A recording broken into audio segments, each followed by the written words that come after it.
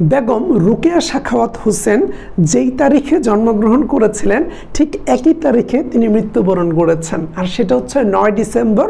বাংলা সাহিত্যে বেগম রোকেয়া সাখাওয়াত হোসেন ছাড়া আর কোনো সাহিত্যিকের জন্ম মৃত্যুতে এমন মিল পাওয়া যায়নি সহজেই। এর বাইরে আমরা যদি বলি, তিনি 1880 সালের 9 ডিসেম্বর জন্মগ্রহণ করেছেন এবং 1932 সালের 9 ডিসেম্বর তিনি মৃত্যুবরণ করেছিলেন। এবং বাংলাদেশে 9 ডিসেম্বর বেগম রোকেয়া দিবস পালন করা হয়, যিনি ছিলেন বাংলার নারী জাগরণের অগ্রদূত, যার মাধ্যমে আসলে নারীর অধিকার প্রতিষ্ঠার কথাগুলা তৎকালীন সময়ে সবার সামনে উত্থাপিত হয়েছিল। সো তার একটা প্রবন্ধ আছে অর্ধাঙ্গী। এই অর্ধাঙ্গী প্রবন্ধে তিনি কি লিখেছেন, যেটা আমাদের এইচএসসি পরীক্ষা এবং বিশ্ববিদ্যালয়ের ভর্তি পরীক্ষায় গুরুত্বপূর্ণ, যা পড়লে আমরা এইচএসসির সিকিউ এবং এমসিকিউতে ভালো করতে পারবো এবং বিশ্ববিদ্যালয়ের ভর্তি পরীক্ষায়ও আমরা এমসিকিউ এবং রিটেন অংশে ভালো করতে পারি।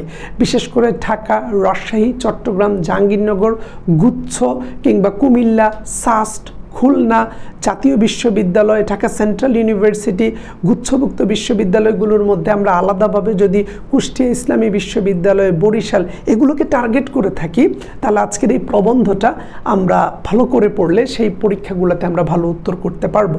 সো আমরা যদি শুরুতেই দেখি, তিনি আমাদের বাংলার মহীয়সী নারী, যার মাধ্যমে আসলে নারীদের অধিকারের কথা খুব ভালোভাবে প্রতিষ্ঠা পান। এবং তার সম্পর্কে যদি আমরা একটু ডিটেলসে জানি, তিনি 1880 সালের 9 ডিসেম্বর রংপুর জেলার মিঠাপুকুর থানার অন্তর্গত পায়রাবন্দ গ্রামে জন্মগ্রহণ করেন এবং 1932 সালের 9 ডিসেম্বর তিনি মৃত্যুবরণ করেন। এবং তার মায়ের নাম হচ্ছে রাধাতুন্নেসা চৌধুরী এবং পিতার নাম হচ্ছে জহিরুদ্দিন আবু আলী হায়দার সাবের। এর বাইরে তার প্রকৃত নাম হচ্ছে রোকেয়া খাতুন। বাংলা সাহিত্যে তিনি পরিচিত বেগম রোকেয়া নামে, এবং তার স্বামীর নাম ছিল হচ্ছে রোকেয়া সাখাওয়াত হোসেন। সেখান থেকে তার নাম রোকেয়া সাখাওয়াত হোসেন হয়েছে, তার স্বামীর নামে টাইটেলটা যোগ হয়েছে। এবং বাংলা সাহিত্যে যখনই তিনি লিখতেন, তার লেখাগুলো প্রকাশিত হতো, সেখানে মিসেস আর এস হোসেন নামে প্রকাশিত হতো, যে মিসেস আর এস হোসেন লিখেছেন এই লেখাটি, এরকম তৎকালীন সময় তো পত্রিকায় লেখা হতো। এর বাইরে আমরা যদি দেখি, বিবাহ, তিনি 18 বছর বয়সে উর্দুভাষী ও বিপত্নিক সৈয়দ সাখাওয়াত হোসেনের সাথে বিবাহ বন্ধনে আবদ্ধ হয়েছিলেন। সেটা হচ্ছে 1898 সালে। এই 1898 সালে তিনি কিন্তু বিবাহ বন্ধনে আবদ্ধ হয়েছিলেন। এবং রবীন্দ্রনাথ ঠাকুর আমাদের বাংলাদেশে 2 বার এসেছিলেন। এর মধ্যে কিন্তু 1898 সালে তিনি একবার আমাদের এই বাংলায় এসেছিলেন এবং আরেকবার এসেছিলেন 1925-26-এর দিকে। এর বাইরে 1898 সালের পরে আমরা কিন্তু 3টা সাহিত্যিকের জন্ম হতে দেখি। অর্থাৎ আমরা যদি দেখি, 1899 সালে আমরা 3 জনকে জন্মগ্রহণ করতে দেখি। এক হচ্ছে জীবনানন্দ দাশ, জীবনানন্দ দাশকে আমরা জন্মগ্রহণ করতে দেখি। কবে? আমরা জীবনানন্দ দাশ, কাজী নজরুল ইসলাম, তারপর হচ্ছে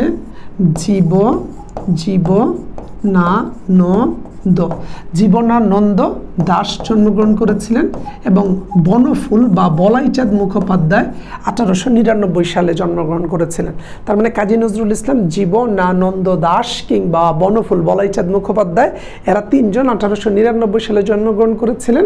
আর এর আগের বছর রোকেয়া সাখাওয়াত হোসেন, অর্থাৎ বেগম রোকেয়ার বিয়ে হয়েছিল সাখাওয়াত হোসেনের সাথে।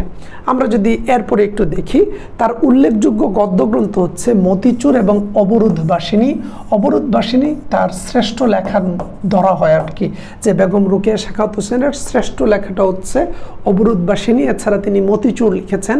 উপন্যাসে আছে সুলতানার স্বপ্ন এবং পদ্মরাগ। এই সুলতানার স্বপ্নটাকে তিনি ইংরেজিতে আবার সুলতানাস ড্রিম হিসেবে লিখেছেন, যেগুলা আমরা আমাদের পাঠ্য বই থেকে খুব সহজে পড়ে নিতে পারি। এবং আমাদের কবি পরিচিতি থেকে বা লেখক পরিচিতি থেকে প্রশ্ন আসলে এই টাইপের কোয়েশ্চেনগুলা করে থাকেন। এর বাইরে তার বিশেষ পরিচয় যদি আমরা নেই, বাংলা অঞ্চলের মুসলমান সমাজে নারী জাগরণের পথিকৃৎ রোকেয়া সাখাওয়াত হোসেন অন্তপুরবাসিনী জীবন শুরু করলেও সামাজিক সীমাবদ্ধতার বেড়াজাল অতিক্রম করে বিদ্যা চর্চায়, শিক্ষা সংগঠনে ও সামাজিক অগ্রগতি সাধনে বরণীয় ও স্মরণীয় হয়ে আছেন। তিনি বিরাট ঝুঁকি নিয়ে অবরোধবাসিনীদের উন্মুক্ত বিশ্বে পদার্পণ করার যে আহ্বান জানিয়েছিলেন তা আমাদের সমাজ জীবনে আজ সার্থকতা লাভ করেছে। মুসলমান মেয়েদের শিক্ষার জন্য স্কুল প্রতিষ্ঠা তার অসাধারণ কীর্তি। অর্থাৎ তিনি শুধুমাত্র বিয়ে করে নিজের জীবনটা অন্যান্যদের মতো করে কাটিয়ে দেননি। তিনি চিন্তা করেছেন যে না, আমাকে বেরোতে হবে, সাহিত্য চর্চা করতে হবে, আমার লেখার মাধ্যমে নারীদেরকে তাদের অধিকার প্রতিষ্ঠা এবং তাদেরকেও শিক্ষা দীক্ষা এগিয়ে যাওয়ার সুযোগ দিতে হবে। এবং তিনি নারীদেরকে স্কুলে যাওয়ার ব্যবস্থা করে দিয়েছেন এবং তাদেরকে শিক্ষা গ্রহণের অধিকারে যে কাজটা করেছেন এটা ছিল তার অনবদ্য কাজ। সো এই জিনিসটা আমরা এমনিতেও রিডিং পড়লে বুঝে যাব। এর বাইরে তার শিক্ষার কথা যদি বলি, রুকেয়ার পিতা, তার যে বাবা ছিল, তিনি বহু ভাষায় সুপণ্ডিত হলেও মেয়েদের শিক্ষার ব্যাপারে ছিলেন রক্ষণশীল। অর্থাৎ বেগম রুকেয়ার বাবাও চাইতেন না যে মেয়েরা অনেক পড়াশোনা করুক। বড় ভাই বোনের সহচর্যে রুকেয়া বাংলা ও ইংরেজি ভাষা ভালোভাবেই রপ্ত করেন এবং জ্ঞান অর্জনের প্রতি আগ্রহী হয়ে ওঠেন।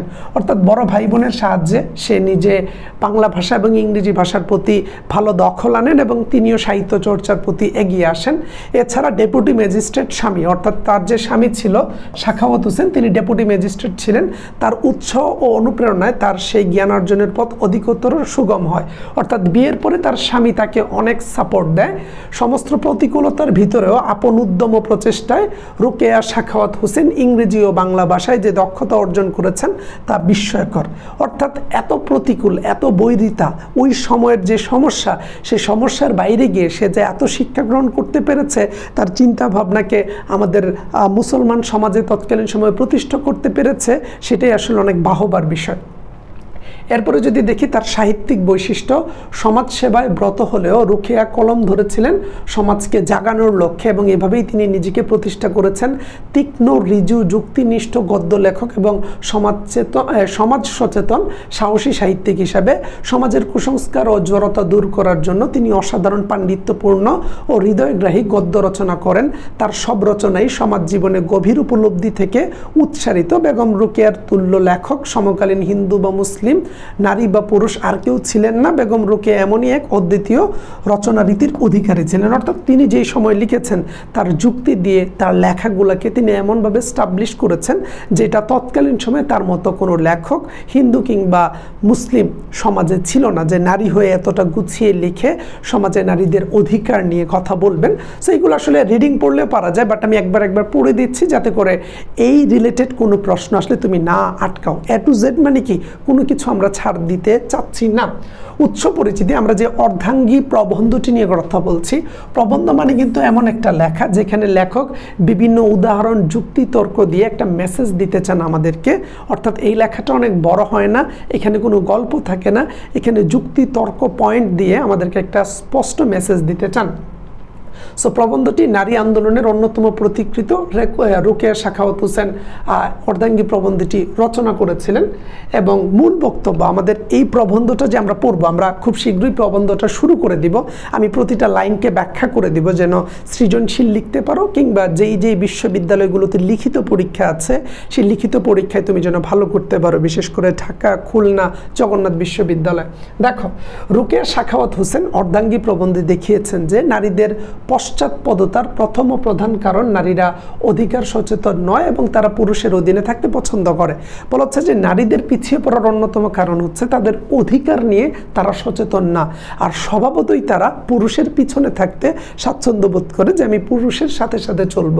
তারা যদি সামান্য অগ্রগতির দিকে অগ্রসর হয়, সেটাও হয় পুরুষের ইচ্ছা অনুসারে। তারা যদি নিজেরা এগিয়ে যেতে চায়, সেই ক্ষেত্রে পুরুষের আগ্রহ অনুযায়ী এগোতে হয়, তারা নিজেরা এগোতে চায় না। তারপরে দেখো, নারী তার নিজের বৃদ্ধি বিবেচনা বা বুদ্ধি বিবেচনা প্রয়োগ করে না।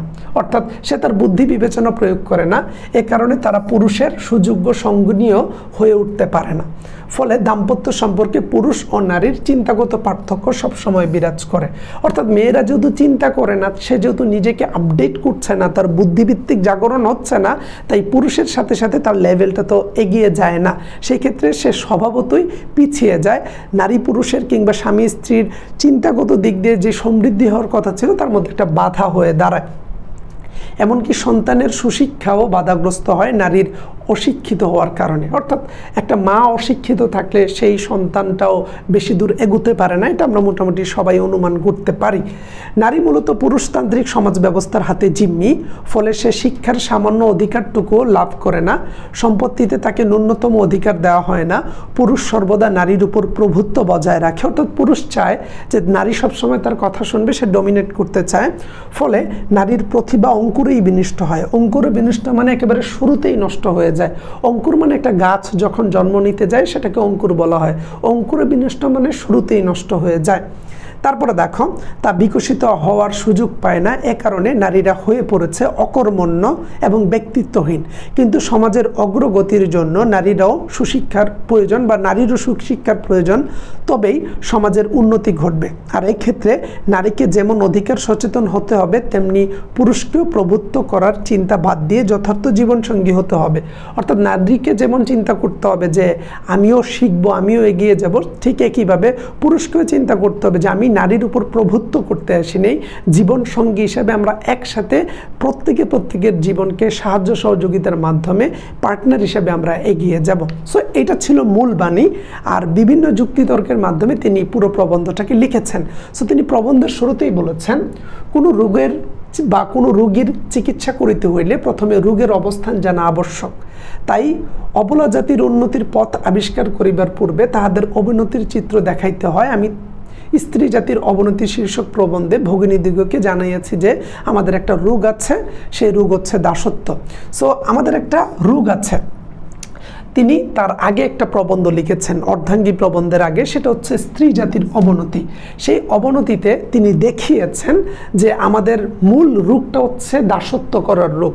আমরা স্বামীদেরকে বা পুরুষদেরকে দাসত্ব করতে পছন্দ করি। মেয়ে হিসাবে, নারী হিসাবে আমরা নিজেদের অধিকার নিয়ে সচেতন না।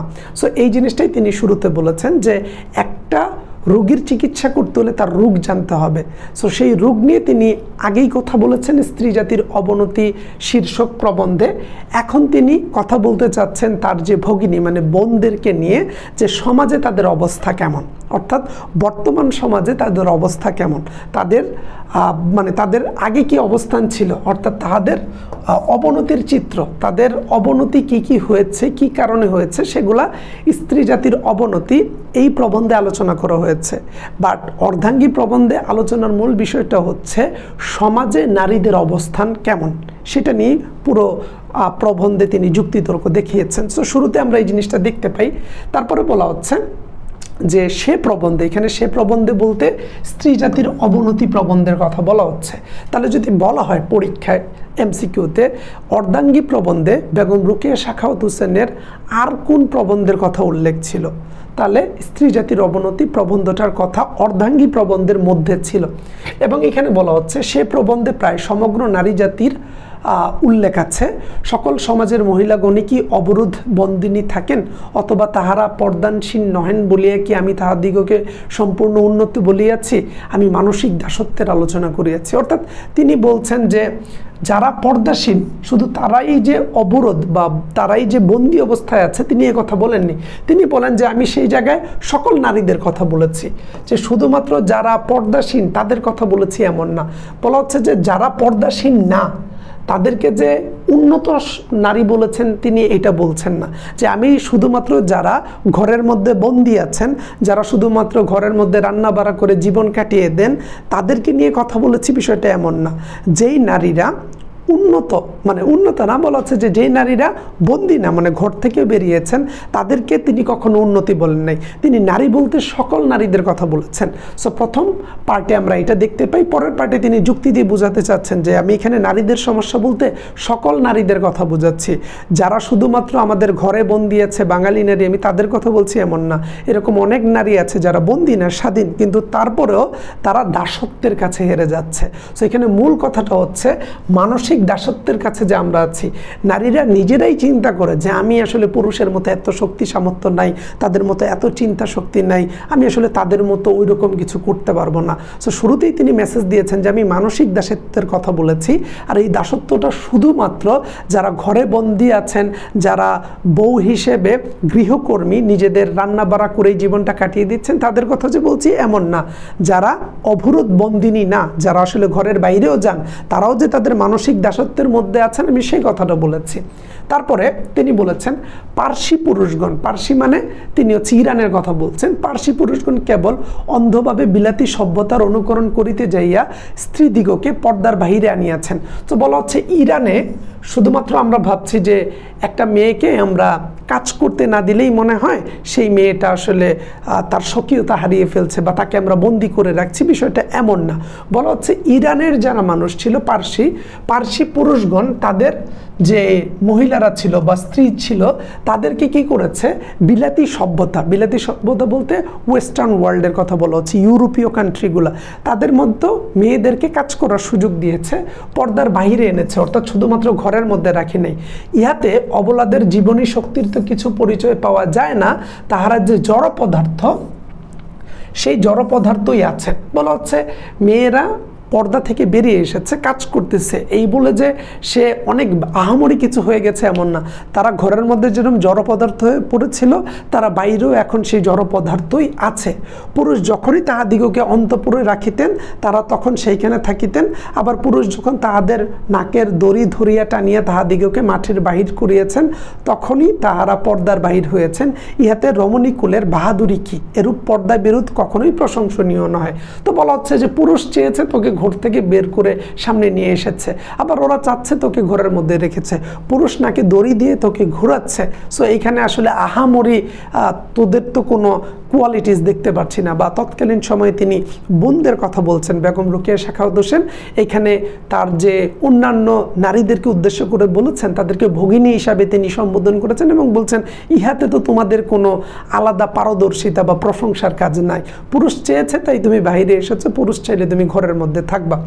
তারপরে বলা হচ্ছে কলম্বাসের কথা, যে কলম্বাস যখন আমেরিকা আবিষ্কার করিতে কৃত সংকল্প হন, তখন লোকে তাহাকে বাতুল বলে নাই কি? বাতুল মানে বলা হচ্ছে যে কিছুটা পাগল। যে যখন কলম্বাস চিন্তা করছে যে আমি আমেরিকা আবিষ্কার করব, আমি একটা জাহাজ নিয়ে দেখবো সেখানে কি আছে, মানুষ বলছে ওই পাগল হয়ে গেছে, পাগলামি করে। নারী আপন সত্য সামর্থ্য বুঝিয়া আপনাকে নরের নে শ্রেষ্ঠ জ্ঞান করিতে চাহে, ইহাও বাতিলতা বই আর কি। তো এখানে বলা হচ্ছে নারী আপন সত্য সামিত্য বুঝিয়া, যে কলম্বাস যখন আমেরিকা আবিষ্কার করতে গেছে মানুষ তাকে পাগল বলছে এটা পাগলামি করে, কিন্তু দিন শেষে কলম্বাস যদি না যাইতো আমেরিকা তো এইভাবে আবিষ্কৃত হতো না। পরবর্তীতে কলম্বাসের প্রশংসা সবাই করছে এবং আমরাও সেটা জানি। ঠিক একইভাবে বলা হচ্ছে নারী, মেয়েরা যদি তার সত্য স্বামিত্ব, তার নিজের অধিকার, তার নিজের চিন্তা ভাবনা এবং স্বামিত্ব, স্বামীর প্রতি তার দায়িত্ব কর্তব্য বুঝে আপনাকে নরের ন্যায় শ্রেষ্ঠ জ্ঞান করিতে চাহে, অর্থাৎ সেও যদি ভাবে যে আমিও স্বামীর মতো, পুরুষদের মতো অনেক উঁচু চিন্তা করতে পারি, অনেক বড় কাজ করতে পারি, আমার দ্বারাও সম্ভব, সে যদি নরের মতো নিজেকে শ্রেষ্ঠ জ্ঞান করে, ইহাও বাতুলতা বই আর কি। বলা হচ্ছে এটাও তো ওই কলম্বাসের পাগলামি ছাড়া আর অন্য কিছু না। তার মানে এইখানে তিনি একটু উল্টা করে, ব্যঙ্গ করে, রম্য করে আমাদেরকে একটা মেসেজ দিচ্ছেন যে কলম্বাস আমেরিকা আবিষ্কার করার আগে আমরা কলম্বাসের কাহিনীটাকে পাগলামি বলছিলাম। ঠিক একইভাবে নারীরা পড়াশোনা করে, তাদের অধিকার চর্চা করে, তাদের নিজেকে বুঝে, স্বামীর দায়িত্ব কর্তব্য বুঝে সে যদি তার স্বামীর মতো আচরণ করতে পারে, তাহলে সেটা তো ওই কলম্বাসের মতো পাগলামি বোঝায়। কিন্তু সেটা যখন হবে তখন আমরা সবাই কিন্তু বাহবা দিব কলম্বাসের মতো নারীদেরকে। কত সুন্দর এবং চমৎকার ডিপ মেসেজ নিহিত আছে, এবং এইভাবে লাইন টু লাইন বোঝানোর ধরন কিন্তু তুমি চমৎকার ফলাফল করতে পারবে এইচএসসি এবং অ্যাডমিশনে। তারপরে দেখো বলা হচ্ছে পুরুষগণ স্ত্রী জাতির প্রতি যতটুকু সম্মান প্রদর্শন করেন তাহাতে আমরা সম্পূর্ণ তৃপ্ত হইতে পারি না।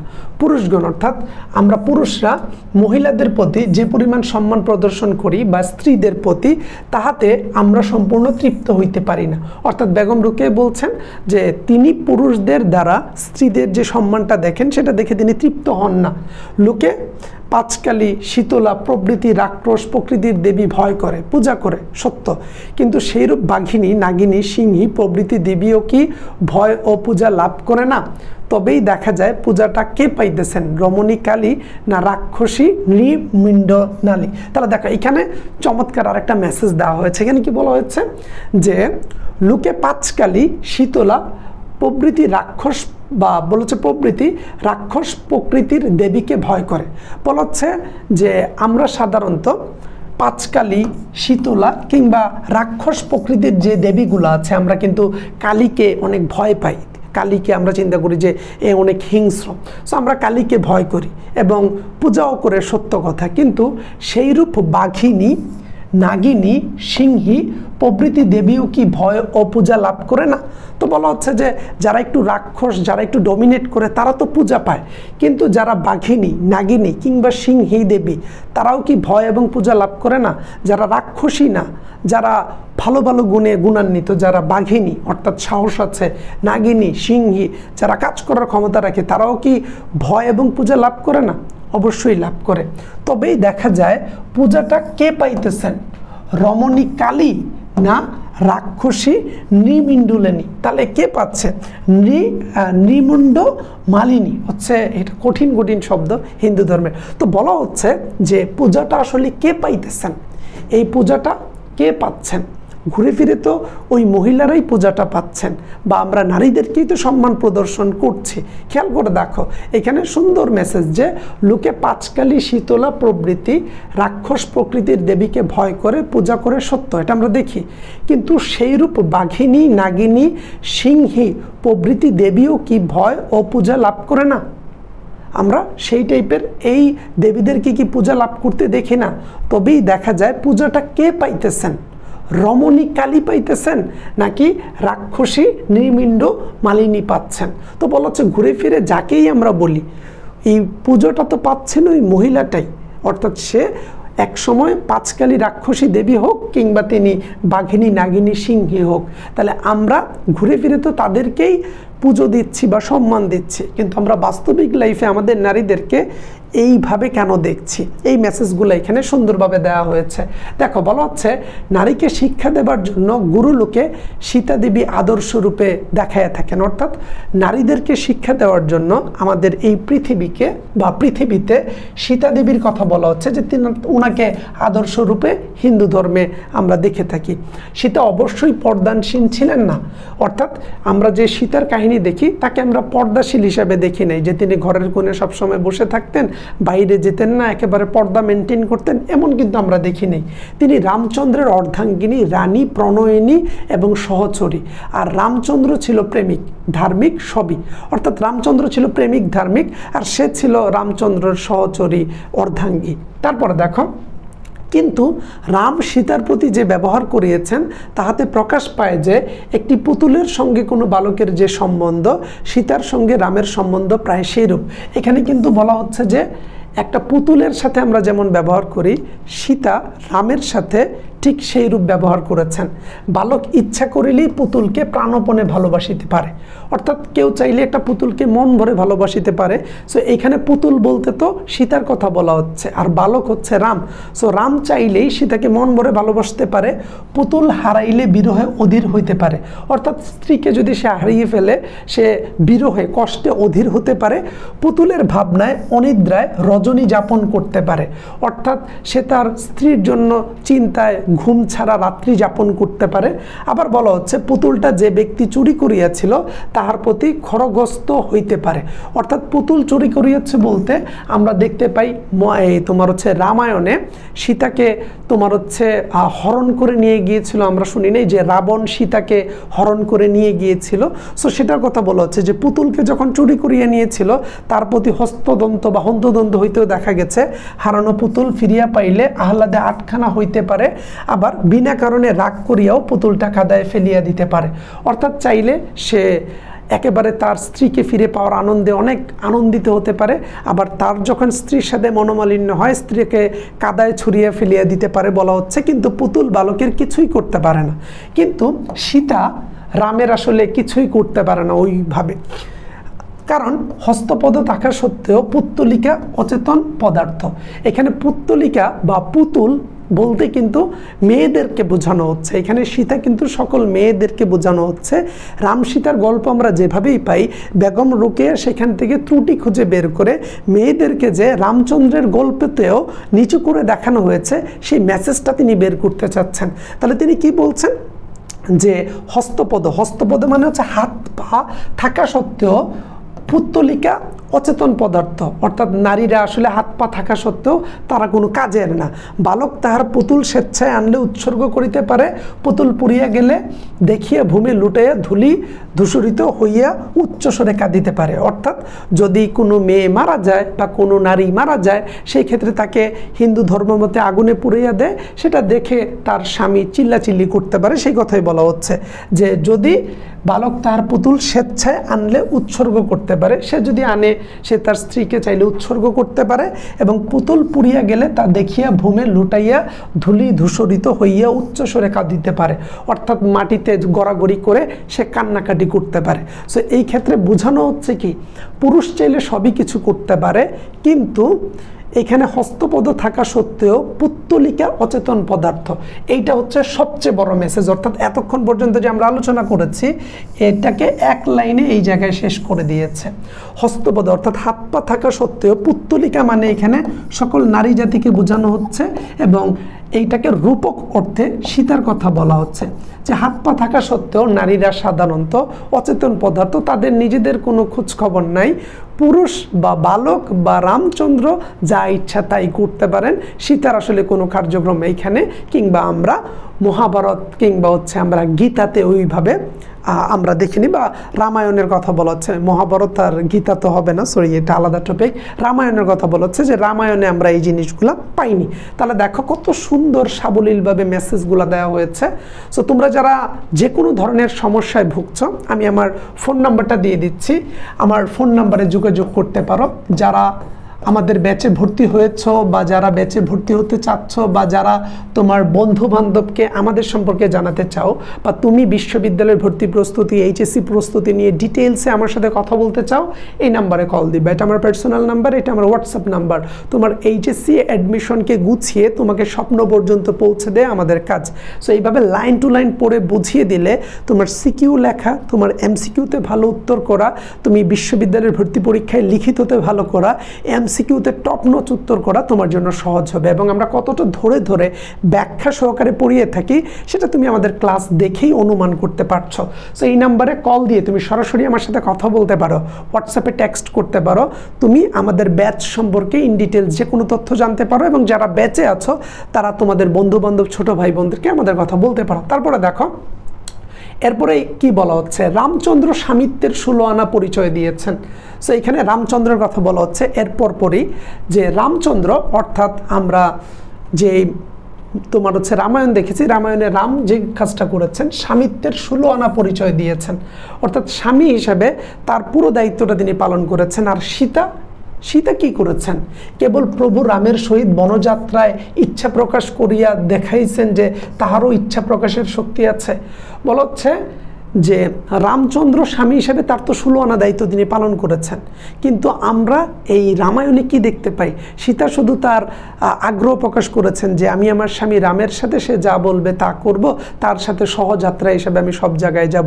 এইটুকুই একটা নারীর অবদান বা নারীর দায়িত্ব কি এইটুকুই, যে এইটুকুই দেখিয়েছেন। রাম বেচারা অবুধ বালক, সীতার প্রতি অনুভব শক্তি আছে, ইহা তিনি বুঝিতে চাহেন নাই।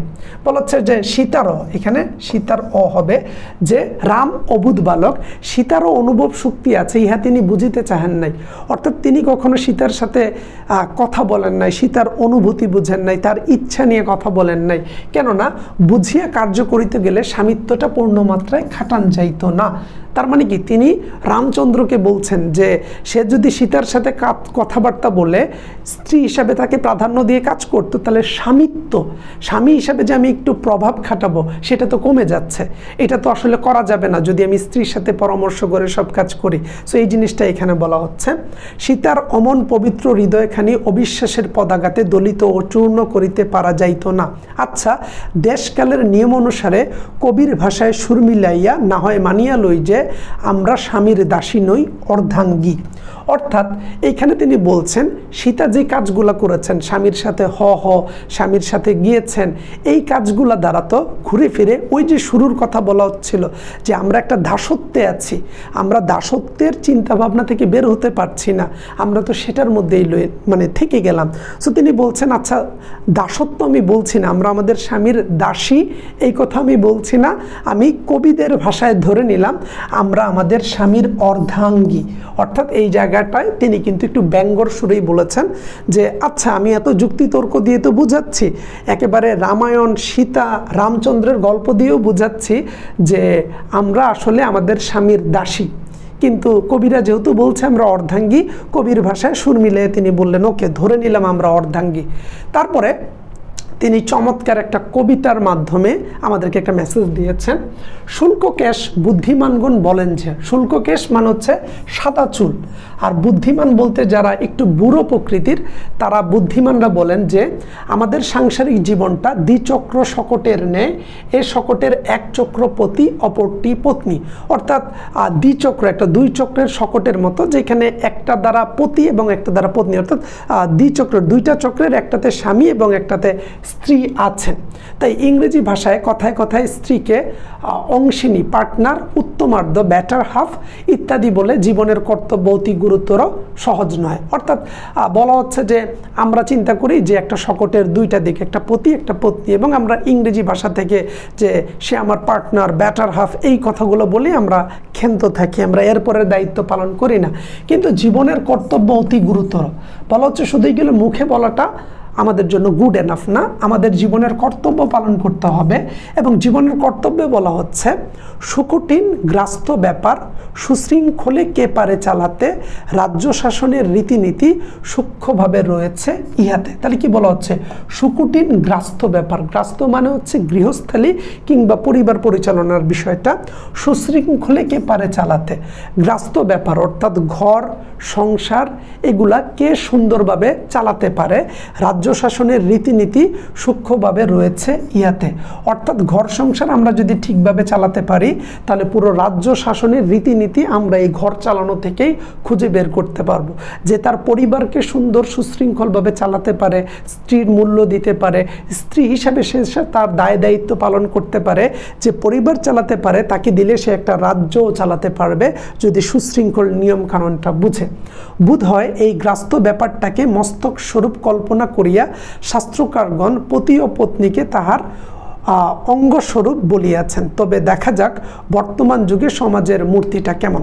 বলা হচ্ছে যে এই প্রসেসে আমরা যদি চলতে পারি তাহলে আমাদের জীবনটা সহজ সুন্দর হয়। এটা একটা ভালো উদাহরণ যে পতি পত্নী একজন আরেকজনকে সাহায্য করে সুকঠিন গ্রাস্ত ব্যাপার সুশৃঙ্খলে চালাতে পারে, রাজ্য শাসনের রীতিনীতি সূক্ষ্মভাবে রয়েছে ইহাতে। বোধহয় গ্রাস্ত ব্যাপারটাকে মস্তক স্বরূপ কল্পনা করিয়া, অর্থাৎ এটাকে মাথার মতো কল্পনা করিয়া শাস্ত্রকারগণ পতি পত্নীকে তাহার অঙ্গস্বরূপ বলিয়াছেন। বলা হচ্ছে যে মাথাটা হচ্ছে আমাদের মস্তক, মানে মাথাটা হচ্ছে গৃহস্থালী ব্যাপার আর এর অঙ্গস্বরূপ হচ্ছে পতিপত্নী, অর্থাৎ এই গৃহস্থালী ব্যাপারটাকে পতিপত্নী মিলে চালিয়ে থাকেন। সো এটা তো হচ্ছে শাস্ত্রকরগণ বলেছেন, যারা হচ্ছে শাস্ত্র নিয়ে কথাবার্তা বলেন, বই পুস্তকে বলেছেন। কিন্তু বর্তমান যুগের মূর্তিটা কেমন, বর্তমান পৃথিবীতে বা তৎকালীন সময়ে বাংলা সমাজে নারীদের আসলে অবস্থান কেমন সেটার কথা তিনি বলিয়াছেন। সমাজের বিধি ব্যবস্থা আমাদিগকে তাহাদের অবস্থা হইতে সম্পূর্ণ পৃথক রাখিয়াছেন, তাহাদের সুখ দুঃখ এক প্রকার, আমাদের সুখ দুঃখ অন্য প্রকার।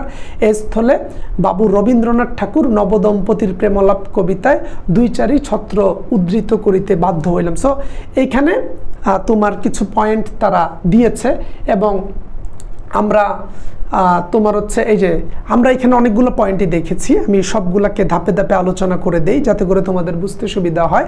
তো এইখানে রবীন্দ্রনাথ ঠাকুরের একটা কবিতা নবদম্পতির প্রেমালাপ, সেই কবিতার দুই একটা লাইন বোঝানোর জন্য তিনি বলেছেন যে সুখ দুঃখ, যে সমাজের বিধি ব্যবস্থা আমাদিগকে মানে আমাদেরকে তাহাদের অবস্থা হইতে সম্পূর্ণ পৃথক করিয়াছে, তাহাদের সুখ দুঃখ এক প্রকার, আমাদের সুখ দুঃখ অন্য প্রকার। এই স্থলে বাবু রবীন্দ্রনাথ ঠাকুর কবিতার দুই চারি লাইন উদ্ধৃতি করতে চাই।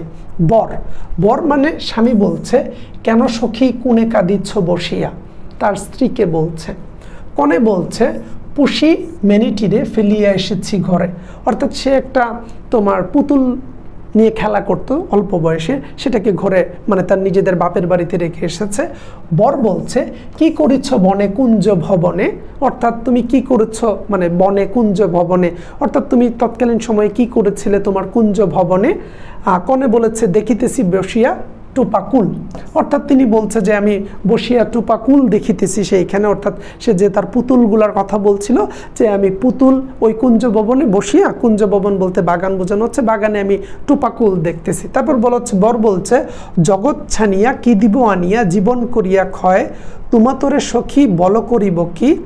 বলা হচ্ছে যে তোমার এই মেনিটিরে তুমি ফেলিয়ে এসেছো, এখন তুমি কুঞ্জ ভবনে বসিয়া টুপাকুল দেখতেছো, তুমি আমাকে বলো এই জগৎ ছানিয়া পৃথিবী থেকে কি দিব আনিয়া জীবন করি ক্ষয়, লাগলে আমার জীবনকে শেষ করে তোমাতরে সখী বল করিব কি, তোমার জন্য আমি কি করব একটু বলো।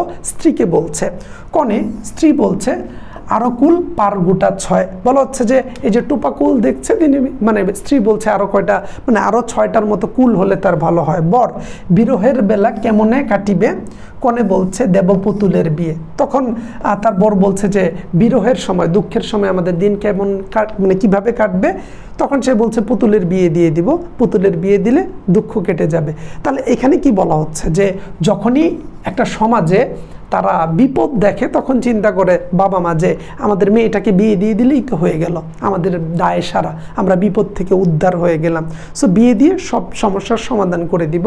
এখানে নবদম্পতির প্রেমালাপ কবিতার একটা অংশ, পরীক্ষায় বলতে পারে অর্ধাঙ্গী কবিতায় কোন কবির কথা উল্লেখ আছে, রবীন্দ্রনাথ ঠাকুর। নবদম্পতির প্রেমালাপ কবিতাটি কোন প্রবন্ধে উল্লেখ আছে, অর্ধাঙ্গী প্রবন্ধে। এই টাইপের তথ্য কিন্তু পরীক্ষায় আসতে পারে। তারপরে দেখো, সুতরাং দেখা যায় কন্যাকে এরূপ শিক্ষা দেওয়া হয় না যাহাতে সে স্বামীর ছায়াতুল্লাহ সহচারী হইতে পারে।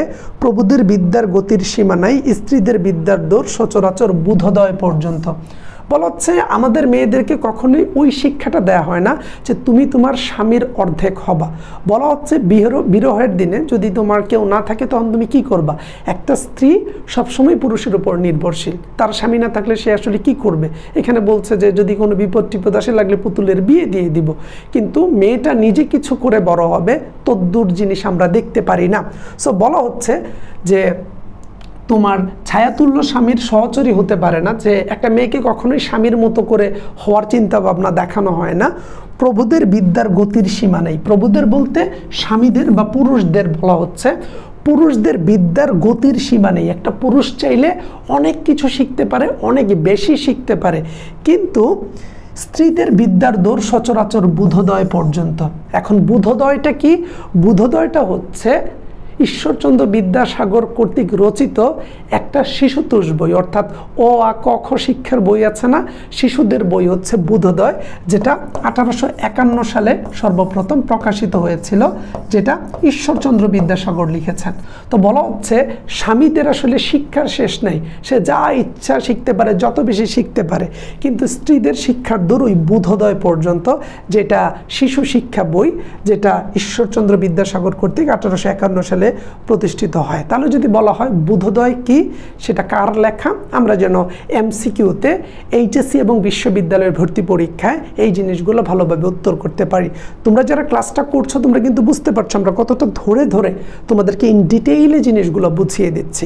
আমাদের টার্গেট তোমার ভালো একটা ফলাফল, তোমাকে স্বপ্ন পর্যন্ত পৌঁছে দেয়া, এবং তুমি যেন আমাদের এই ক্লাস করে স্যাটিসফাইড হয়ে তোমার বন্ধু বান্ধব ছোট ভাই বোনদেরকে আমাদের কথা বলো যে না ভাইদের ব্যাচে ভর্তি হয়েছিলাম, ওনাদের ক্লাসগুলো টপ নচ, ধরে ধরে এক্সপ্লেন করে যেভাবে বোঝানো হয়েছে আমি আমার পরীক্ষায় ভালো ফলাফল করতে পেরেছি এবং আমি আমার স্বপ্ন পর্যন্ত পৌঁছাতে পেরেছি। আমি যদি পরে যাই, আমার জৈনক বন্ধু তাহার ছাত্রকে উত্তর দক্ষিণ প্রভৃতি দিক নির্ণয়ের কথা বুঝাইতেছিলেন।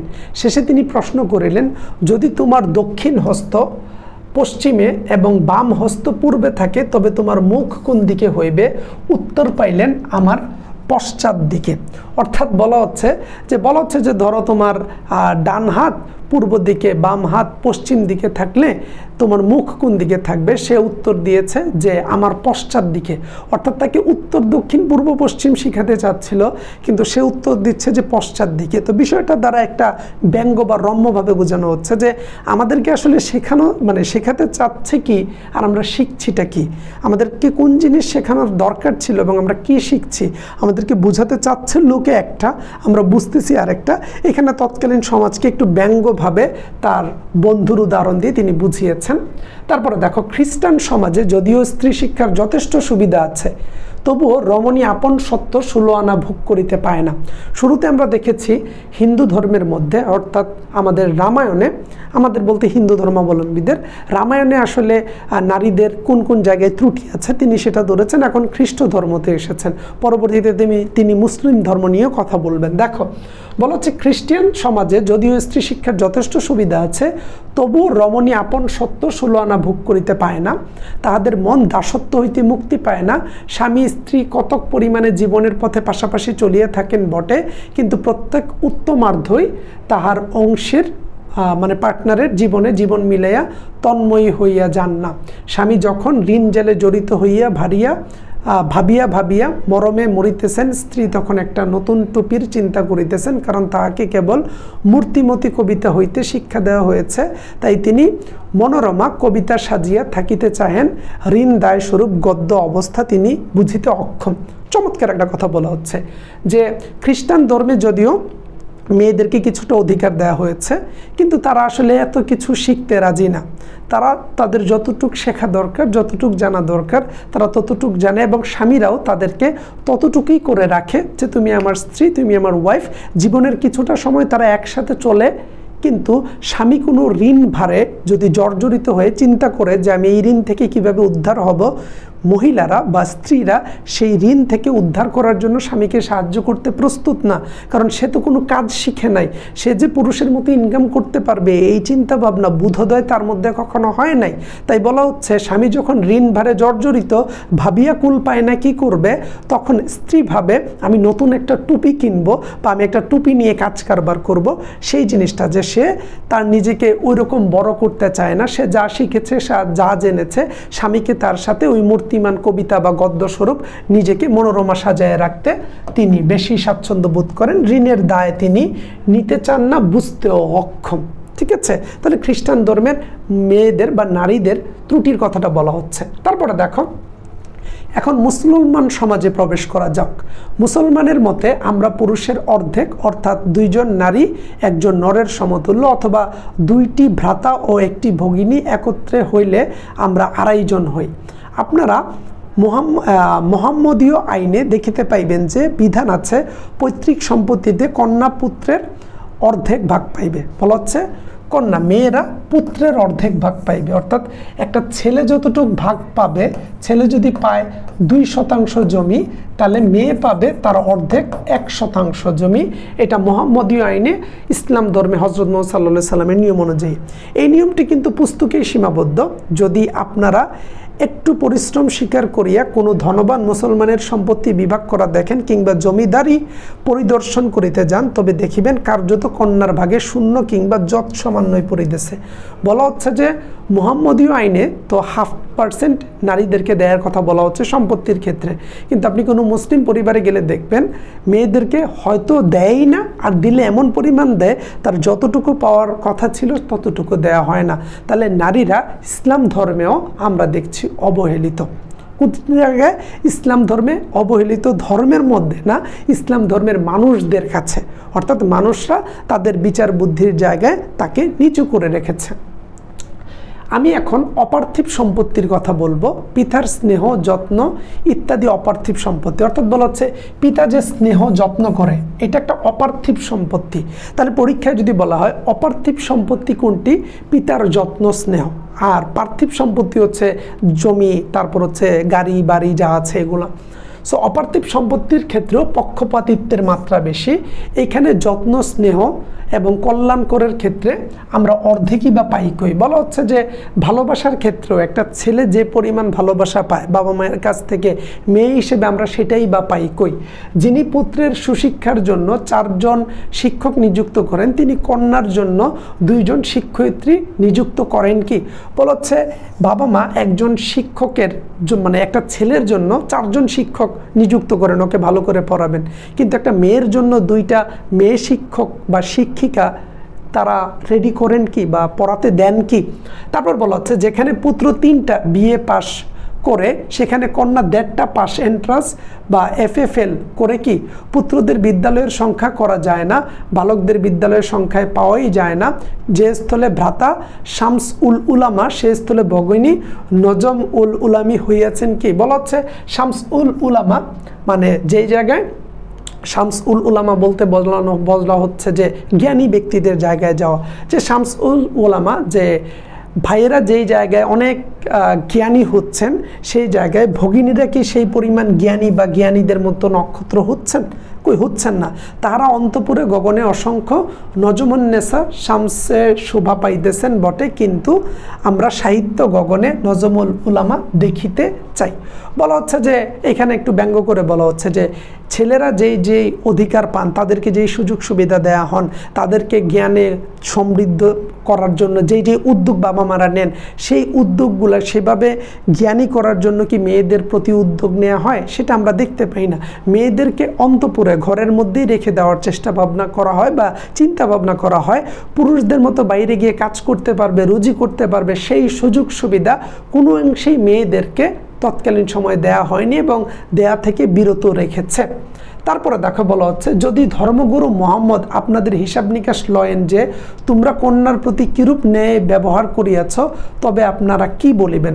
তো বলা হচ্ছে যে মেয়েদেরকে শুধুমাত্র তারা রান্না বাড়ার কাজেই সীমাবদ্ধ রেখেছে, অর্থাৎ রান্না বাড়া কাজের বিরুদ্ধ রুকিয়া সাখাওয়াত হোসেন না যে মেয়েদের রান্না বাড়া করার তো শেখা উচিত, বাট এর বাইরে তারা যে আসলে অনেক কিছু শিখতে পারে।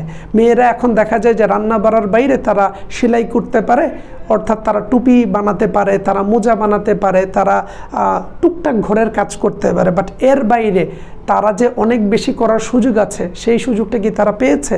তো বলা হচ্ছে যে যদি ধর্মগুরু মোহাম্মদ আপনাদের হিসাব নিকাশ লয়েন যে তোমাদের কন্যার প্রতি কিরূপ ন্যায় ব্যবহার করিয়াছ, তবে আপনারা কি বলিবেন? আপনারা কি মানে ছেলে মেয়ের সমান দায়টা পালন করেছিলেন বা কর্তব্যটা পালন করেছিলেন? সেই জায়গায় তিনি কিন্তু মুহাম্মদ সাল্লাল্লাহু সাল্লামকে দিয়ে একটা প্রশ্ন করে গিয়েছেন। তাহলে পুরো অর্ধাঙ্গী প্রবন্ধটা পড়লে তুমি কিন্তু ধাপে ধাপে এই জিনিসগুলো পড়বা এবং আমি সেখান থেকে গুরুত্বপূর্ণ পয়েন্টগুলো বুঝিয়ে দিচ্ছি যেন সৃজনশীল লেখার ক্ষেত্রে তোমার লেখার পয়েন্টগুলোর দ্বারা টিচার তোমাকে নাম্বার দেয় এবং তুমি লেখার পয়েন্টগুলোতে কিন্তু এই জিনিসগুলোকে উল্লেখ করবা। তাই আমি মেইন জিনিসগুলোকে এখানে হাইলাইট করে দিয়েছি। তার মানে তুমি আমাদের ব্যাচে ভর্তি হয়েছো এবং ব্যাচের সার্ভিস দেখে তুমি বলতে হবে যে বাহ, চমৎকার একটা ক্লাস পড়েছে এবং আলহামদুলিল্লাহ ক্লিয়ার হয়ে গিয়েছে। এবং যারা ক্লাসটা করছো আমাকে একটু ফিডব্যাক জানাবা যে ভাইয়া ক্লাসটা করে তুমি কতটুকু শিখেছো, কতটুকু ভালো লেগেছে। সবাই পড়ান, কিন্তু আমরা চেষ্টা করি আমাদের জায়গা থেকে সর্বোচ্চ ইফোর্টটা দিয়ে পড়ানোর।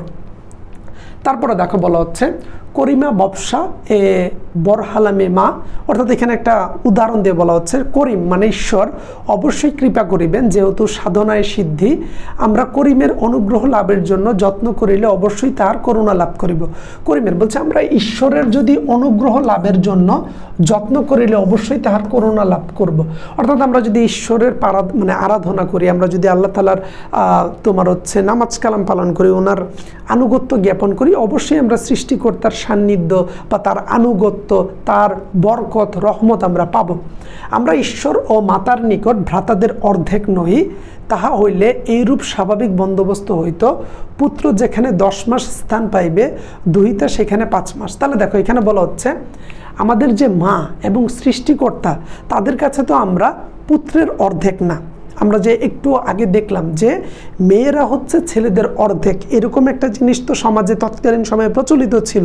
এই ঘটনাটা কিন্তু 1900 সালের দিকের ঘটনা, অর্থাৎ রোকেয়া সাখাওয়াত হোসেন 1880 সালে জন্মগ্রহণ করলে তার বয়স যখন ধরো 20-25 বছর হয়েছে 1905, 1910 সালের ঘটনা। তো বলছে তৎকালীন সময়ে যে আমরা তো শুনেছি যে মেয়েরা হচ্ছে ছেলেদের অর্ধেক, তাহলে মেয়েরা যদি ছেলেদের অর্ধেক হন তাহলে সৃষ্টিকর্তা কিংবা মায়ের পেটে একটা মেয়ে যদি 10 মাসে পৃথিবীতে আসে তাহলে একটা ছেলের আসার কথা কবে? 5 মাসে। যেহেতু ছেলেরা তোমার হচ্ছে মেয়েদের চেয়ে বেশি ইফোর্ট দেয়, তাহলে তো তাদের আগে আসা উচিত।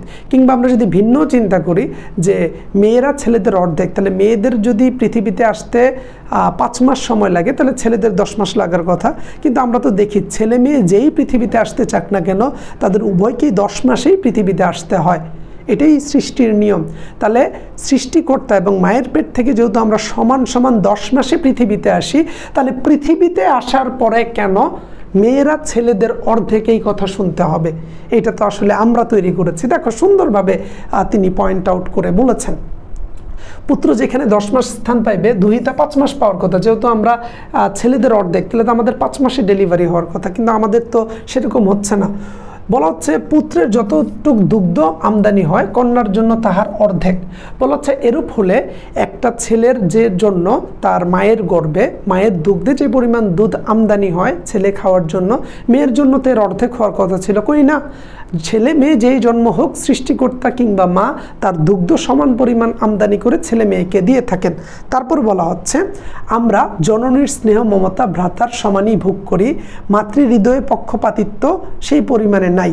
তবে কেমন করিয়া বলিব ঈশ্বর পক্ষপাতী, তিনি কি মাতা অপেক্ষা অধিক করুণাময় নয়? তো বলা হচ্ছে আমাদের মা তো আমাদের প্রতি পক্ষপাতিত্ব করেন না, তাহলে আমরা যে ঈশ্বরের দোহাই দিয়ে বলি যে মেয়েরা ছেলেদের অর্ধেক, তাহলে কি আমরা বলবো যে মায়ের তো কোনো পক্ষপাতিত্ব আমরা দেখছি না? মা আমাদেরকে 10 মাসে পৃথিবীতে আনছেন, ছেলে এবং মেয়েকে উভয়কে। মা আমাদের ছেলে এবং মেয়ের জন্য সমান পরিমাণ দুগ্ধ রাখছেন যে তাদেরকে পান করাবেন, কিন্তু ঈশ্বর কি তাহলে আলাদা বৈষম্য করছেন? তাহলে কি ঈশ্বর পক্ষপাতিত্ব বা ঈশ্বর পক্ষপাতী, তিনি কি মাতা অপেক্ষা অধিক করুণাময় নহেন? তো বলা হচ্ছে মা যেহেতু আমাদেরকে সমান সমান সুযোগ দিচ্ছেন, তাহলে ঈশ্বর কি পক্ষপাতী? ঈশ্বর কি এই জায়গায় বৈষম্য করছেন? সৃষ্টিকর্তা কি মায়ের চেয়ে অধিক করুণাময় নয়? মা আমাদের প্রতি যতটা যত্ন রাখেন, আমরা তো বিশ্বাস করি প্রত্যেকে তার ধর্ম অনুযায়ী সৃষ্টিকর্তা আমাদেরকে তার চেয়ে বেশি ভালোবাসেন। তাহলে কি এখানে মা আমাদের প্রতি ন্যায় আছেন? ঈশ্বর পক্ষপাতিত্ব করছেন? কখনোই না। ঈশ্বরও আমাদেরকে সমান হিসাবেই দেখেন। আমরা মানুষেরা তৈরি করেছি যে নারী পুরুষ সমান না, পুরুষের অধিকার বেশি, নারীরা পুরুষের অর্ধেক। কত চমৎকারভাবে যুক্তি দিয়ে তিনি এই জিনিসগুলোকে প্রেজেন্ট করছেন, তুমি বোঝো। এই যে ক্লাসটা করছো, এই কথাগুলো যদি তোমার মাথায় থাকে, তুমি সৃজনশীলে যখন উপস্থাপন করবা, তুমি বিশ্ববিদ্যালয়ের লিখিত পরীক্ষার প্রশ্নে যখন এই যুক্তিগুলো দিবা, টিচার লেখাটা দেখেই পছন্দ করবেন যে না, এই ছেলেটা প্রবন্ধটা ডিপলি পড়েছেন। অস্বীকার করি যে শারীরিক দুর্বলতা বশিত নারী জাতি অপর জাতির সাহায্য নির্ভর করে। বলা হচ্ছে অস্বীকার করি যে সে অস্বীকার করে শারীরিক দুর্বলতা বশিত, মানে দুর্বলতা বশত নারী জাতি অপর জাতির সাহায্য নির্ভর করে। তাই বলিয়া পুরুষ প্রভু হইতে পারে না, কারণ জগতে দেখিতে পাই প্রত্যেকেই প্রত্যেকের নিকট কোনো না কোনো প্রকার সাহায্য প্রার্থনা করে, যেন একে অপরের সাহায্য ব্যতীত চলিতে পারে না। তরুলতা যেমন বৃষ্টির সাহায্য প্রার্থী, মেঘও সেইরূপ রূঢ় সাহায্য চায়। জল বৃদ্ধির নিমিত্ত নদীর বর্ষার সাহায্য পায়, মেঘ আবার নদীর নিকট ঋণী। তবে তরঙ্গিনী, তরঙ্গিনী মানে নদী, কাদম্বিনী মানে মেঘ, স্বামী না, কাদম্বিনীর তরঙ্গিনীর স্বামী। এ স্বাভাবিক নিয়মের কথা ছাড়িয়া কেবল সামাজিক নিয়মে দৃষ্টিপাত করিলেও আমরা তাহাই দেখতে পাই। বলা হচ্ছে যে যেহেতু নারীরা পুরুষের উপর নির্ভরশীল আমরা বলে থাকি, তো নারীরা পুরুষের উপর নির্ভরশীল বলে এখানে পুরুষ প্রভু, পুরুষ অনেক বড়, নারীরা ছোট, এটা বলার তো অবকাশ নেই। পৃথিবীর প্রত্যেকটা জিনিসই তো প্রত্যেকটা জিনিসের উপর নির্ভরশীল। মেঘ না হলে বৃষ্টি হবে না, আবার মেঘ হতে হলে রোদ দিতে হবে, রোদ দিয়ে যখন আবার পানি বাষ্প হয়, অর্থাৎ নদীর পানি যখন বাষ্প হয়ে মেঘ হবে তখনই আবার বৃষ্টি হবে। তাহলে প্রত্যেকেই তো প্রত্যেকের উপর নির্ভরশীল। সো এই জায়গায় আমরা কিভাবে বলতে পারি যে মেয়েরা ছেলেদের উপর নির্ভরশীল কিংবা নারীরা পুরুষের উপর নির্ভরশীল বলে এখানে পুরুষ মহান নারী ছোট, চমৎকার যুক্তি দিয়েছেন। তারপরে দেখো, আমরা পুরুষের ন্যায় সুশিক্ষা ও অনুশীলন সম্যক সুবিধা না পাওয়ায় পশ্চাতে পড়িয়া আছি। বলা হচ্ছে পুরুষরা যে পরিমাণ সুশিক্ষা পায়, যে পরিমাণ অনুশীলন সম্যক অর্থাৎ যে পরিমাণ তারা চর্চা করে প্র্যাকটিস করে, সেই সুবিধা না পাওয়ায় তারা পশ্চাতে বা পিছে পড়ে আছে। মেয়েরা পুরুষের সমান সুশিক্ষা প্র্যাকটিস করার বা চর্চা করার সুযোগ পাচ্ছে না বলে তারা পিছে পড়ে আছে। সমান সুবিধা পাইলেও আমরা কি শ্রেষ্ঠত্ব লাভ করিতে পারিতাম না? বলা হচ্ছে সমান সুবিধা পাইলে আমরাও কি, বলা হচ্ছে পুরুষের মধ্যে যদি সমান সুযোগ সুবিধা পেতাম তাহলে আমরাও কি শ্রেষ্ঠত্ব অর্জন করতে পারতাম না? আমরা কিন্তু দেখছি যে মেয়েরা বর্তমানে ছেলেদের সাথে সমান তালে তাদের মেধার স্বাক্ষর বিভিন্ন জায়গায় রেখে যাচ্ছেন। এই কথাটাই তিনি আরও 100-150 বছর আগে বলে গিয়েছিলেন। তারপর বলা হচ্ছে শৈশব আত্মনিন্দা শুনিতেছি, তাই এখন আমরা অন্ধভাবে পুরুষের শ্রেষ্ঠত্বতা স্বীকার করি এবং নিজেকে অতি তুচ্ছ মনে করি। অনেক সময় হাজার হোক বেটা ছেলে বলিয়া বেটা ছেলেদের দোষ ক্ষমা করিয়া অন্যায় প্রশংসা করি, এই তো ভুল। বলা হচ্ছে আমরা ছোটোবেলা থেকেই এইটা শুনে এসেছি যে আমাদের আসলে শক্তি সামর্থ্য কম, ছেলেদের বেশি এবং আমরা ছেলেদের উপর নির্ভরশীল ছিলাম। সো এই কথাটা বলা হচ্ছে যে অনেক সময় আমরা ছোটোবেলা থেকে যে কাজটা করেছি যে বেটা ছেলে ভুল করতেই পারে, বাদ দাও, এটাই আমাদের ভুল ছিল। বেটা ছেলে ভুল করতে পারে, মেয়েরা ভুল করতে পারে না, এই বৈষম্য কেন হবে? এই পয়েন্টগুলোকে তিনি হাইলাইট করে গিয়েছেন। পুরুষগণ আমাদিগকে সুশিক্ষা হইতে পশ্চাৎপদ রাখিয়াছেন বলিয়া আমরা অকর্মণ্য হইয়া গেছি। ভারতে ভিক্ষু ও ধনবান এই দুই দল লোক অলস এবং ভদ্র মহিলার দল কর্তব্য অপেক্ষা অল্প কাজ করে। আমাদের আরামপ্রিয়তা খুব বাড়িয়াছে। আমাদের হস্ত মন পদ চক্ষু, হাত মন পা চোখ ইত্যাদির সদ্ব্যবহার করা হয় না। 10 জনের রমণী রত্ন একত্র হইলে ইহার উহার বিশেষত আপন আপন অর্ধাঙ্গের নিন্দা কিংবা প্রশংসা করিয়া বাকপটুতা দেখায়। আবশ্যক হইলে কুন্দল চলে। আশা করি এখন স্বামীর স্থলে অর্ধাঙ্গ শব্দটি প্রচলিত হইবে। অর্থাৎ এর মাধ্যমেই তিনি লেখাটা শেষ করে দিয়েছেন এবং চমৎকার করে কি বলেছেন দেখো, এর মাধ্যমেই অর্ধাঙ্গী লেখাটা শেষ করা হয়েছে। এবং অর্ধাঙ্গী বলতে তিনি যে কথাটা বলেছেন, তিনি একেবারে শুরুতে বলেছেন যে তিনি একটা প্রবন্ধের মধ্যে মেয়েদের দোষ গুণ অবস্থা নিয়ে বলেছেন যে কেন আসলে তারা দাসী এবং কেন তারা আসলে দাসত্ব স্বীকার করেছেন। এবং অর্ধাঙ্গী প্রবন্ধে তিনি দেখিয়েছেন যে এই দাসত্বের কারণে আমাদের সামাজিক অবস্থানটা কোথায় সেটাকে তিনি আলোচনা করেছেন এখন পর্যন্ত। এবং তিনি লাস্টে এসে বলেছেন পুরুষগণ আমাদিগকে সুশিক্ষা হইতে পশ্চাৎপদ রাখিয়াছেন বলিয়া আমরা অকর্মণ্য হয়ে গেছি। পুরুষরা আমাদেরকে শিক্ষা বা সুশিক্ষা থেকে দূরে রেখেছেন, আমাদেরকে শিখতে দেয় না, তাই আমরা পিছিয়ে আছি, আমরা অকর্মণ্য হয়ে আছি। ভারতে ভিক্ষু ও ধনবান এই দুই দল লোক অলস, অর্থাৎ ভারতে ভিক্ষু অর্থাৎ যারা ভিক্ষুক এবং যারা ধনবান যাদের টাকা পয়সা আছে, এই দুই দলই অলস এবং ভদ্রমহিলার দল কর্তব্য অপেক্ষা অল্প কাজ করে। এবং যারা ভদ্রমহিলা তারা কর্তব্যের তুলনায় কাজ করে কমিয়ে। তারপরে বলা হচ্ছে আমাদের আরামপ্রিয়তা খুব বাড়িয়াছে। আমরা এখন খুব আরাম করতে স্বাচ্ছন্দ্য বোধ করি। আমাদের হাত মন পা চোখ ইত্যাদির সদ্ব্যবহার করা হয় না। আমরা হাত পা মনের এখন সঠিক ব্যবহার করছি না, যতটুকু কাজ করা দরকার ততটুকু করি না। 10 জন রমণী রত্ন একত্র হইলে ইহার উহার বিশেষত আপন আপন অর্ধাঙ্গের নিন্দা কিংবা প্রশংসা করিয়া বাকপটুতা দেখায়। অর্থাৎ যদি 10 জন রমণী রত্ন অর্থাৎ 10টা ঘরের বউ একত্রে বসে যদি আড্ডা দেয় তাহলে হয় তারা তাদের অর্ধাঙ্গ মানে তারা তাদের স্বামীর, এখানে অর্ধাঙ্গ বলতে কার কথা বলা হচ্ছে? স্বামীর কথা। তারা তাদের স্বামীর নিন্দা করে যে আপনার ভাই তো লেট করে, আপনার ভাই আমাকে নিয়ে ঘুরতে যায় না, আমরা তো কোনো দিন সিনেমা দেখতে যাই নাই, আপনার ভাই যে মেজাজ খারাপ করে, আপনার ভাই এটা খাইতেই পারে না। হয় আমরা এইভাবে নিন্দা করি আর নয় প্রশংসা করি। আপনার ভাই ভাবি এত কেয়ারিং, আপনার ভাই ভাবি ওই দিন আমার জন্য একটা ফ্লাইট বুকিং দিয়েছে, আপনার ভাই তো আমাকে বলেছে কক্সবাজার ঘোরাতে নিয়ে যাবে, নেপাল যাবে, ভুটান যাবে, ইউরোপ যাবে। সো হয় আমরা নিন্দা করি কিংবা প্রশংসা করে বাকপটুতা দেখাই, গল্প করে বেড়াই।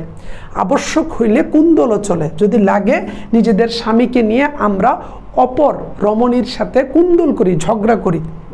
আশা করি এখন স্বামীর স্থলে অর্ধাঙ্গ প্রচলিত হবে। বলা হচ্ছে তিনি অর্ধাঙ্গ বলে এখানে উল্লেখ করেছেন এবং তিনি বলেছেন মেয়েদেরকে যেহেতু অর্ধাঙ্গী বলা হয় তাই স্বামীকে এখন আমরা স্বামী না বলে অর্ধাঙ্গ শব্দটা বলবো এবং এটাই প্রচলিত হবে। এটা বলে তিনি একটু ব্যঙ্গভাবে এই প্রবন্ধটাকে শেষ করেছেন যে নারী মানেই অর্ধাঙ্গিনা, নারীর পুরো অধিকার আছে, এবং পুরুষ মানেই অর্ধাঙ্গনা, পুরুষ পুরুষের জায়গায় শ্রেষ্ঠ। নারীকে যদি অর্ধাঙ্গী বলা হয়, অর্থাৎ তার অর্ধাঙ্গী মানে কি, তার নর অর্থাৎ তার যে হচ্ছে স্বামী, স্বামীর অর্ধেক বলা হয়, তাহলে স্বামীকেও অর্ধাঙ্গ বলা উচিত, যে সেও তার স্ত্রীর অর্ধেক। এরকম একটা যুক্তি তিনি দিয়েছেন, এবং অর্ধাঙ্গী এই শব্দটাকে তিনি এইখানে নেতিবাচক হিসাবে দেখেছেন। অর্ধাঙ্গী বলা যাবে না ওনার মতে, মেয়েরার জায়গায় 100%।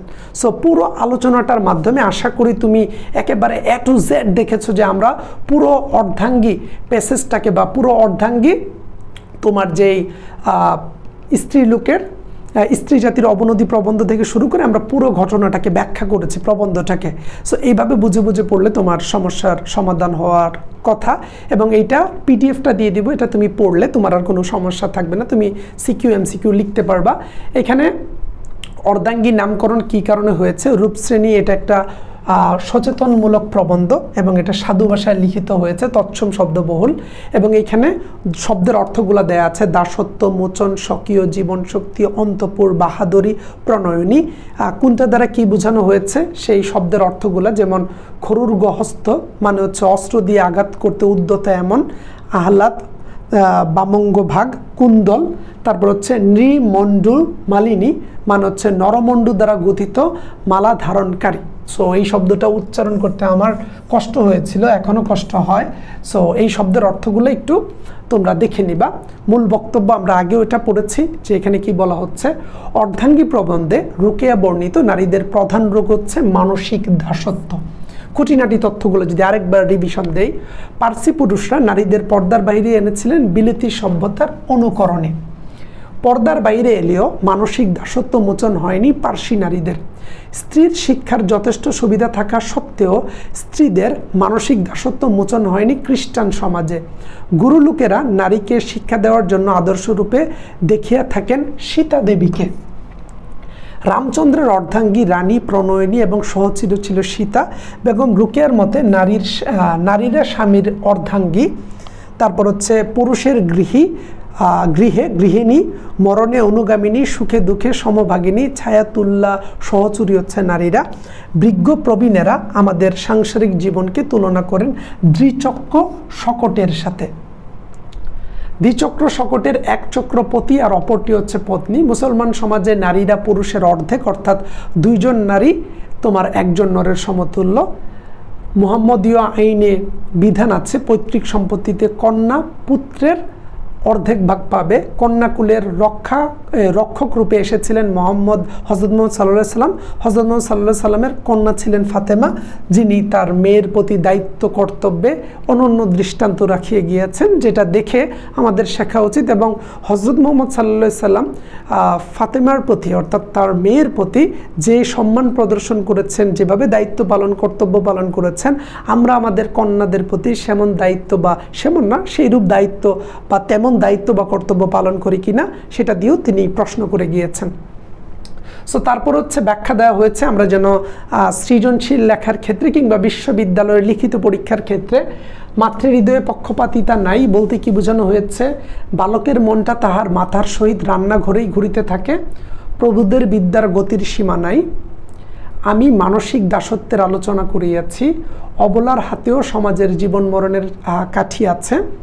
তারপর আমরা যদি কিছু এমসিকিউ দেখি, রুকেয়া সাখাওয়াত হোসেন কত সালে জন্মগ্রহণ করেন, আমরা 1880। তারপর হচ্ছে তিনি কোথায়, পায়রাবন্দের কোথায় জন্মগ্রহণ করেন, সেটা রংপুরের পায়রাবন্দ গ্রামে, মিঠাপুকুর থানার। এদেশের নারী জাগরণের পথিকৃৎ হচ্ছে বেগম রুকেয়া সাখাওয়াত হোসেন। বেগম রুকেয়া জীবনের শুরুতে কেমন ছিলেন, অন্তপুরবাসিনী অর্থাৎ ঘরের মধ্যেই থাকতেন। রুকেয়া সাখাওয়াত হোসেন দক্ষতা অর্জন করেছিলেন কোন কোন ভাষায়, ইংরেজি ও বাংলা ভাষায় তিনি দক্ষতা অর্জন করেছিলেন। রুকেয়া সাখাওয়াত হোসেন কিসে ব্রতী ছিলেন, তিনি সমাজসেবায় ব্রতী ছিলেন, বাট তার বাইরেও তিনি যুক্তিনিষ্ঠ লেখার মাধ্যমে সমাজ সচেতনতামূলক কাজ করে গিয়েছেন। সুলতানার স্বপ্ন কার লেখা, সেটা রুকেয়া সাখাওয়াত হোসেনের। প্রায় সমগ্র নারী জাতির কথা উল্লেখ আছে কোনটিতে, স্ত্রী জাতির অবনতি প্রবন্ধে তিনি সমগ্র নারী জাতির কথা উল্লেখ করেছেন। তিনি বলেছেন যে আমি সমগ্র নারী জাতির কথাই বলেছি, সেখানে বিষয়টা এমন না যে শুধু যারা অন্তঃপুরে থাকে তাদের কথা বলেছি, যারা অন্তঃপুরের বাইরে এসেছে, অবরোধ বন্দিনী থেকে বের হয়েছে, তাদের কথাও তিনি স্ত্রী জাতির অবনতি প্রবন্ধে বলেছেন। অর্ধাঙ্গী প্রবন্ধে পার্সি মহিলাদের কি মোচন হয়নি, তাদের মানসিক দাসত্ব এখনও মোচন হয়নি। বলেছে যে পার্সি মহিলাদেরকে বিলিতি কায়দায় পুরুষেরা অর্থাৎ ইরানের পুরুষেরা ঘর থেকে বের করেছেন, অন্তঃপুর বাসিনী থেকে সমাজে নিয়ে এসেছেন, কিন্তু ওই নারীরা এখনও মানসিক দাসত্বে আছেন। সো তারা কার্যত বের হলেও তারা মানসিকভাবে দাসত্বের শৃঙ্খল থেকে এখনও বেরোতে পারেননি। কলম্বাসকে লোকেরা কি বলে অভিহিত করেছেন? বাতুল অর্থাৎ পাগল বলে অভিহিত করেছিলেন। সো এই ছিল আমাদের আজকের আলোচনা। তোমরা যারা ক্লাসটা করেছো আশা করি তোমরা এই রিলেটেড যে কোনো প্রশ্ন আসলে এখন খুব দারুণভাবে চমৎকার করে তোমরা উত্তর করতে পারবে। এর বাইরে তোমাদের যে কোনো প্রশ্ন, যে কোনো সমস্যা থাকলে আমাদের সাথে যোগাযোগ করতে পারো।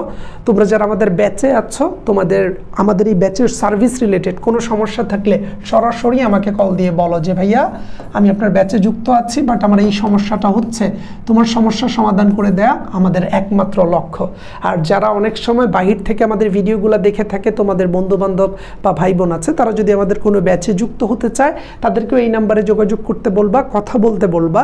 আমরা যেভাবে ধরে ধরে ব্যাখ্যা সহকারে প্রতিটা জিনিসকে বুঝিয়ে দিচ্ছি, এইভাবে পড়ার পর এইচএসসির এমসিকিউ বলো কিংবা সিকিউ অর্থাৎ সৃজনশীল এবং নৈবেত্তিক, কিংবা বিশ্ববিদ্যালয়ের ভর্তি পরীক্ষা, কিংবা বিশ্ববিদ্যালয়ের অধীনের বাইরে গিয়ে জাতীয় বিশ্ববিদ্যালয়ে যদি কেউ পরীক্ষা দিতে চায়, আমরা যেভাবে পড়াচ্ছি এর বাইরে প্রশ্ন আসার কথা না। এর মধ্যে তুমি সব কিছু পেয়ে যাবে। তুমি তো পুরো ক্লাসটা করলে, পুরো আলোচনাটা দেখেছো, একটু কমেন্টে জানাবা যে ক্লাসটা তোমার কেমন লেগেছে, আমাদের ব্যাচে তুমি আসলে কেমন সার্ভিস পাচ্ছ, এবং এইভাবে পড়তে পারলে তোমার ভালো করা সম্ভব। প্রতিটা ক্লাস করার পরে তোমরা পিডিএফগুলো দেখে নিবা। আমাদের পেইড ব্যাচে যারা আছো আমরা কিন্তু ওয়েবসাইটে দিয়ে দিচ্ছি, এবং যারা যারা আমাদের সাথে যুক্ত হতে চায়, তোমাদের বন্ধু বান্ধব, ছোট ভাই বোন, তাদেরকে আমাদের নাম্বার এবং আমাদের পেজ, ইউটিউব চ্যানেল সম্পর্কে জানিয়ে দিবে। আজকের মতো বিদায় নিচ্ছি, পরবর্তী ক্লাসে আবার দেখা হবে। এবং মনে প্রাণে চাই তুমি তোমার স্বপ্ন পূরণে এগিয়ে যাও, তোমার বিশ্ববিদ্যালয়ের যাত্রায় তুমি অন্যান্যদের চাইতে এগিয়ে থাকবে এবং তোমার স্বপ্ন পূরণ হবে, এবং তুমি চান্স পেয়ে আমাদেরকে জানাবে। আসসালামু আলাইকুম।